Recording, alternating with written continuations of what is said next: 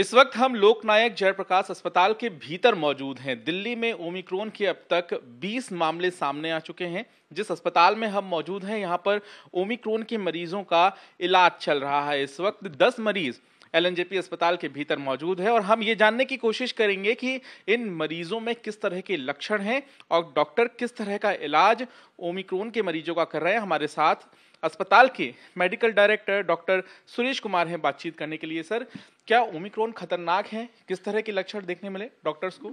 अभी तक जो भी WHO का डाटा हमारे पास आया है, साउथ अफ्रीका का या दूसरा यूरोप से जो डाटा आया है, उसके अनुसार ये पेशेंट बहुत हल्के लक्षण के साथ आते हैं। और हमने भी 20 जो पेशेंट हमारे पास आए हैं अभी तक, पहले दिसंबर से और अभी तक, उनमें हमने देखा है कि सिर्फ 2 पेशेंट ऐसे थे जिनको लक्षण थे। 18 पेशेंट को बिल्कुल कोई भी लक्षण नहीं थे, यानी कि एसिम्टोमेटिक थे, ना बुखार था ना रेस्पिरेटरी सिम्टम्स थे और वो पूर्ण रूप से स्वस्थ थे।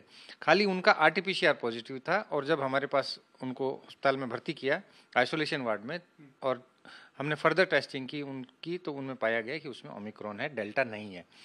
ये जो 2 पेशेंट थे 20 में से जिनको लक्षण थे, उनको भी बहुत मामूली लक्षण थे, हल्के लक्षण थे।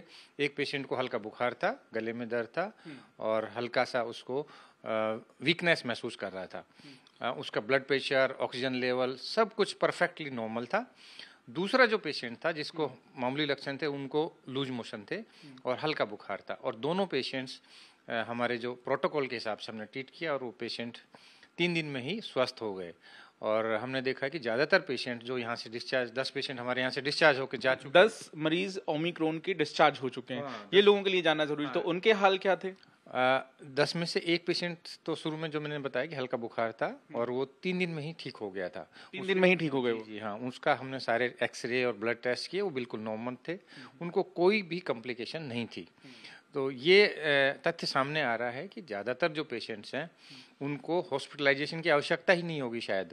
और ज़्यादातर जो पेशेंट हैं उनको रेस्पिरेटरी सिम्टम्स नहीं है, ना उनको कॉफ है, ना उनको ब्रेथलेसनेस है, ना उनको तेज बुखार है, जैसे कि डेल्टा में हमने पहले देखा था। दूसरी लहर में आतंक मचा था कोरोना का और हमने देखा कि लोगों को अचानक ऑक्सीजन की जरूरत पड़ी थी, वैसा कुछ नहीं है अभी ओमिक्रॉन में। इसमें 20 में से एक भी पेशेंट को ऑक्सीजन की आवश्यकता नहीं हुई है।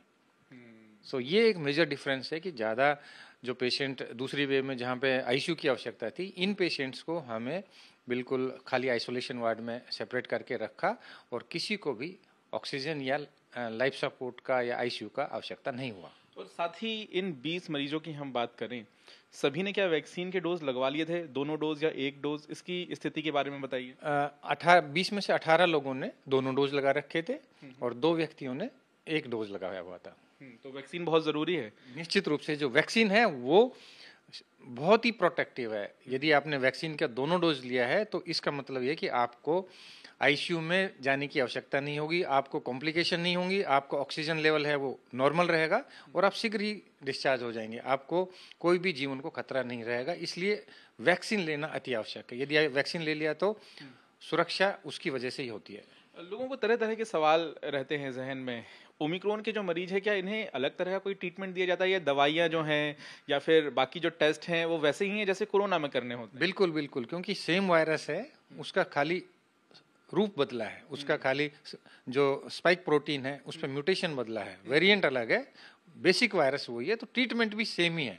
ट्रीटमेंट पहले जब हम बहुत ज़्यादा ऑक्सीजन ड्रॉप होता था तो हम स्टीरॉइड देते थे, रेमडेसिविर देते थे, ऑक्सीजन देते थे। इसमें ट्रीटमेंट प्रोटोकॉल सेम है, पर ज़्यादातर लोगों को ना तो रेमडेसिविर की आवश्यकता है, ना ऑक्सीजन की आवश्यकता है इनको, और ना ही किसी स्टीरॉइड की या किसी एंटीबायोटिक की जरूरत है। ये सारे के सारे पेशेंट स्वतः ही अपने आप ही ठीक होके घर जा रहे हैं। और ज़्यादातर जो मरीज भर्ती हुए हैं वो सभी क्या इंटरनेशनल फ्लाइट के बाद दिल्ली में लैंड हुए और फिर उनका RT-PCR टेस्ट हुआ और उसके बाद वो LNJP अस्पताल में आए? क्या ऐसे मरीज भी अस्पताल में भर्ती हैं जो किसी के कांटेक्ट हैं? 2 पेशेंट ऐसे थे जो कि इनके इंटरनेशनल ट्रेवलर्स के कांटेक्ट में थे, जो कि राजस्थान से हमारे पास भर्ती हुए थे। बाकी सभी फ्लाइट के जरिए? जी जी, बाकी सारे पेशेंट्स। किन बातों का ध्यान रखें लोग, क्योंकि लोग इंटरनेशनल फ्लाइट का बहुत इस्तेमाल करते हैं और लगातार फ्लाइट्स आ रही हैं, रिस्क कंट्रीज से भी आ रही हैं, किन बातों का ध्यान रखना होगा? हालांकि सरकार और एजेंसियां जो हैं उन्होंने प्रोटोकॉल तो तय किया है, लेकिन क्या जरूरी है अगर वो लोग जानना चाहें? यदि पॉसिबल हो तो आप उन कंट्रीज में बिल्कुल भी ट्रैवल मत करिए जो कि ओमिक्रॉन अफेक्टेड है। सो ट्रैवल तभी करें तब अति आवश्यक हो या बहुत ही अर्जेंट हो। अदरवाइज जो सोशल डिस्टेंसिंग के जो कायदे हैं, जो नियम हैं, उनका आप ध्यान रखिए। मास्क पे बहुत ज़्यादा ध्यान रखिए और आप ऐसी जगह मत जाइए जहाँ पर कि भीड़ भाड़ है या जहाँ पर कि पार्टियाँ जो हो रही हैं। बहुत ज़्यादा हमने देखा है कि मुंबई में भी ऐसा हुआ है कि काफ़ी सारे जो लोग हैं एक ही पार्टी में थे, और बाकी जगह भी जहाँ पर विदेश से लोग आते हैं वो फंक्शंस हैं, तो उनमें आपको दूर रहना चाहिए। और सबसे ज़्यादा आवश्यक है कि आपको जो सुरक्षा कवच है सबसे बड़ा, वो है वैक्सीन। कि वैक्सीन का दोनों डोज जरूर लेना चाहिए। बिल्कुल। तो यहाँ पे सबसे अहम बात बताई medical director doctor Suresh Kumar ने कि तमाम लोगों को जिनको ओमिक्रॉन हुआ है उनमें लक्षण नहीं है, जिनमें लक्षण थे उन्होंने वैक्सीन के दोनों डोज लगवाए थे। और साथ ही नया साल आ रहा है तो ऐसी स्थिति में भीड़ वाली जगहों में जाने से बचें। लेकिन देखना यह भी होगा कि आने वाले दिनों में सरकार और क्या कुछ तैयारी करती है ओमिक्रॉन से खतरे से निपटने के लिए।